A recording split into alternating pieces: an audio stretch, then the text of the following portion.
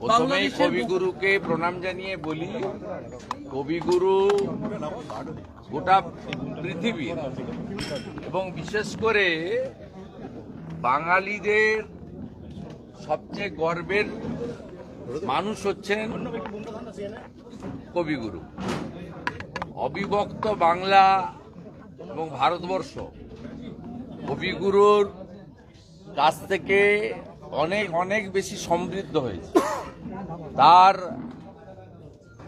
বিদেয়ী আত্মা হয়তো অমর্ত্য লোকে আছেন, কিন্তু তার যে সৃষ্টি সেটা প্রত্যেকটা জায়গায় বিদ্যমান। তাই আজকে 22শে শ্রাবণ সর্বত্র পালিত হচ্ছে।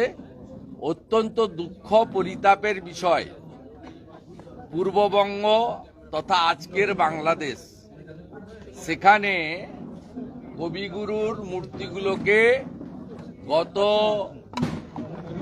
2.5 দিন ধরে ভাঙা হচ্ছে এবং এই অর্বাচীন বর্বর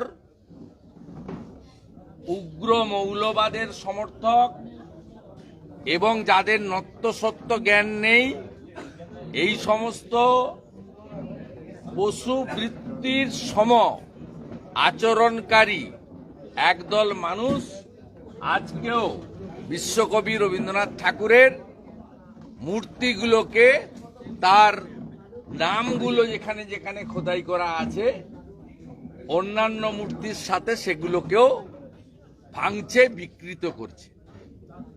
এ যন্ত্রণা পরিতাপের বিষয়। আমরা অপেক্ষা করে আছি তথাকথিত রবীন্দ্রপ্রেমী সেজে যারা পশ্চিমবঙ্গ সরকারের উচ্ছিষ্ট খেয়ে বুদ্ধিজীবী নাম পরিবর্তন করে এখন ভাতাজীবীতে পরিবর্তন হয়েছেন, তারা কবে রবীন্দ্র সদন থেকে একটি মোমবাতি নিয়ে পদযাত্রা শুরু করবেন, আর কবে আমরা আহ্বান পাবো সেই পদযাত্রার অন্তত পিছনে হাঁটার জন্য, সেই অপেক্ষায় বাংলা আছে।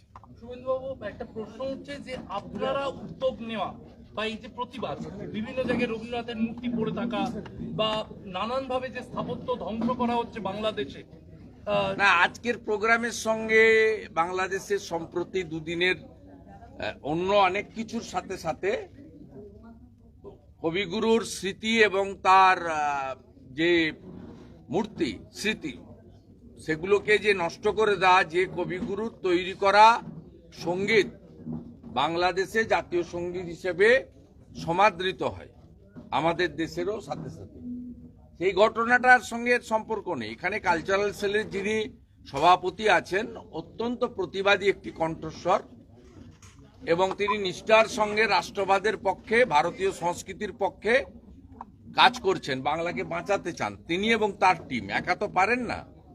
সেই রুদ্রনীল ঘোষের প্রত্যেক বছরই তিনি প্রোগ্রাম কর্মসূচি করেন, যবে থেকে তিনি দায়িত্ব পেয়েছেন।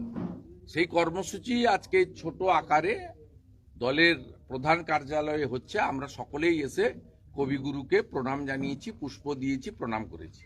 এবং এখানে মূলত রাজনৈতিক ভাষণ না হয়ে পারফরমেন্স হয়েছে। প্রত্যেকেই রবীন্দ্র সম্ভারের উপর আলোচনা করেছেন, তাদের কথা বলেছেন, তাদের গান, কবিতা, আবৃত্তি ইত্যাদির মধ্য দিয়ে, বা যারা দু একজন ভাষণও দিয়েছেন, সেটাও ঠিক ছিল রবীন্দ্রনাথের বিষয় সম্পৃক্ত, তার বাইরে কেউ জাননি। এর সঙ্গে নেই, কিন্তু যেহেতু প্রাসঙ্গিক, আমাদের খুব কষ্ট হচ্ছে যে আমরা নানা ভাষা, নানা মত, নানা পরিধান, বিবিধের মাঝে দেখো মিলন মহান। ভিন্ন ভিন্ন ধর্মে বিশ্বাস করলেও অন্তত কিছু বিষয়ে আমাদের অবিভক্ত বঙ্গের একটা নিজেদের মেলবন্ধতা ছিল, তার মধ্যে কবিগুরুর সম্ভারটাও অন্যতম। সেই সম্ভার আজকে আক্রান্ত হয়েছে। আমরা দেখছি জাতির জনক আমাদের মহাত্মা গান্ধীর স্মৃতিও ওখানে ভেঙে ফেলা হয়েছে, সেখানে সবকিছুই নিশ্চিহ্ন করা হচ্ছে। সে ঠিক আছে, তার তো শেষ তো আছে। এর আগেও আমরা তো ইতিহাস দেখেছি, ইতিহাস আমরা দেখেছি এবং আমাদের নিউটন তো বলেই গেছেন, প্রত্যেক ক্রিয়ার সমান এবং বিপরীতধর্মী প্রতিক্রিয়া আছে। তাই পৃথিবীটা গোল, সেটা হবে, কিন্তু আমাদের আজকে 22শে শ্রাবণ, এখানে অবিভক্ত বাংলায় বিশ্বকবির মূর্তিকে বিকৃত করা হচ্ছে, ভেঙে ফেলা হচ্ছে, তাকে অসম্মান করা হচ্ছে। আমাদের খুব কষ্ট হচ্ছে, বিষয়টা খুব প্রাসঙ্গিক। আমি বেরিয়ে এসে দুটো লাইন বলেছি। একটা লাইন হচ্ছে, আমি উদ্বেগের সঙ্গে জাতীয় নিরাপত্তা কাউন্সিলের গুরুত্বপূর্ণ সদস্য মাননীয় স্বরাষ্ট্র সমবায় মন্ত্রী অমিত শাহজির কাছে আমি দেখা করে বাংলাদেশের হিন্দু মন্দির এবং হিন্দুদের সুরক্ষায় ভারত সরকার যাতে অবিলম্বে উদ্যোগ গ্রহণ করে সেই আবেদন নিয়ে গেছিলাম। দ্বিতীয় লাইনে আমি বলেছি, তিনি আমাকে আশ্বস্ত করেছেন প্রধানমন্ত্রীর নেতৃত্বে ভারত সরকার এবং সর্বদলীয় মিটিং করে তারা এই বিষয়ে যথাযথ ব্যবস্থা গ্রহণ করছেন এবং করবেন। তৃতীয় যেটা আমি অ্যাডিশন করেছি, যারা সিএ এর বিরোধিতা করেছিলেন, আজকে সিএটা কত প্রাসঙ্গিক। 2019 সালে যশস্বী প্রধানমন্ত্রী নরেন্দ্র মোদীজির সরকার সিএ আনে, 2024 সালে সিএ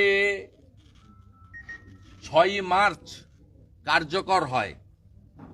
আজকে কত দূরদৃষ্টি নিয়ে ভারত সরকার সেদিন বানিয়েছিল যে হিন্দু, শিখ, খ্রিস্টান, জৈন, পার্সি, বুদ্ধিস্ট যারা আফগানিস্তান, পাকিস্তান, বাংলাদেশ থেকে ধর্মীয় উৎপীড়নের কারণে দেশ ত্যাগ করতে বাধ্য হবে, তাদেরকে সিএ এর আওতায় ভারত তাদেরকে যথাযথ আইনি সুরক্ষা দেবে।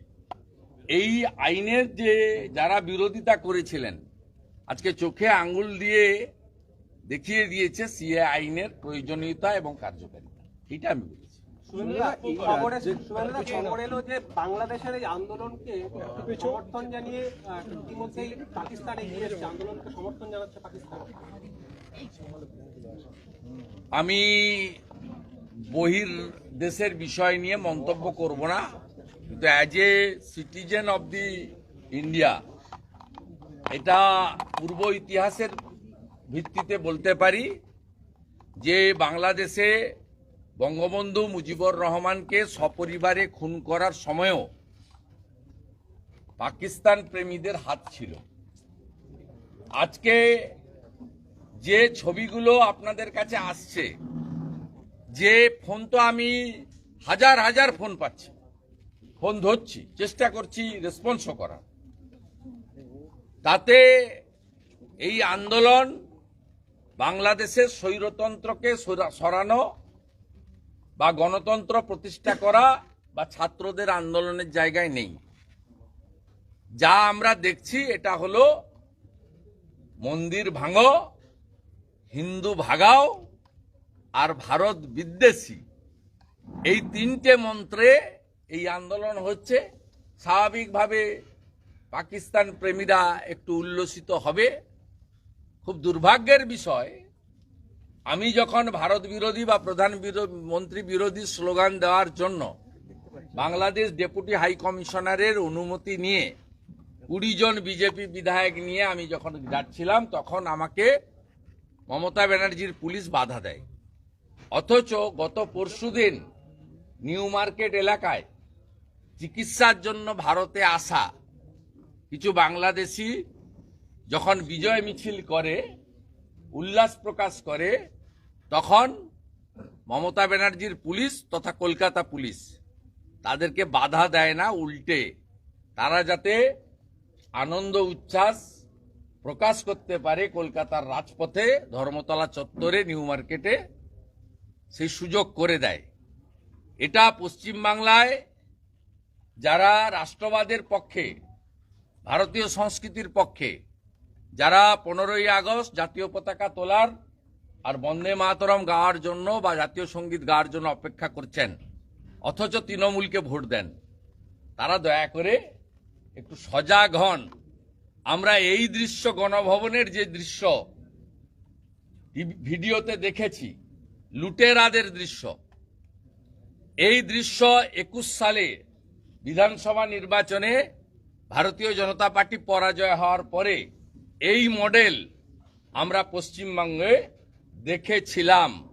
তাই পশ্চিমবঙ্গে যারা এখনো ভাবছেন যে ভাতা তো পাই, আমার কি, তাদের বলবো 31 সালের জন্য প্রস্তুত হন।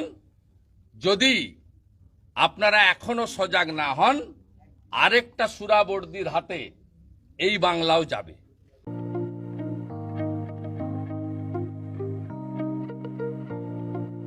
ভর্তি চলিতেছে। পূর্ব এবং পশ্চিম মেদিনীপুর, হাওড়া এবং হুগলিতে এই সর্বপ্রথম স্বল্প খরচে পুরুষদের নার্সিং পড়ার সুবর্ণ সুযোগ। 160 শয্যা বিশিষ্ট স্বাস্থ্যসাথী মান্যতাপ্রাপ্ত grade A Chandipur multi speciality হাসপাতালের পেশাগত শিক্ষার প্রসারে নবতম সংযোজন পশ্চিমবঙ্গ নার্সিং কাউন্সিল দ্বারা অনুমোদিত 3 বছরের জিএনএম কোর্স শুধুমাত্র পুরুষদের জন্য। Doctor Bethune institute of nursing এবং state medical faculty of West Bengal দ্বারা অনুমোদিত 2 বছরের paramedical course.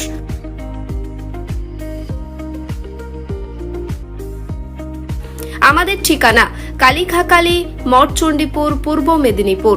Chandipur bus stoppage হইতে দীঘাগামী রোডে কালিখাকালী শারদেশ্বরী বালিকা বিদ্যালয়ের বিপরীতে। বিস্তারিত জানতে আজই যোগাযোগ করুন আমাদের ফোন নাম্বারে 7797998405 এবং 7278843221।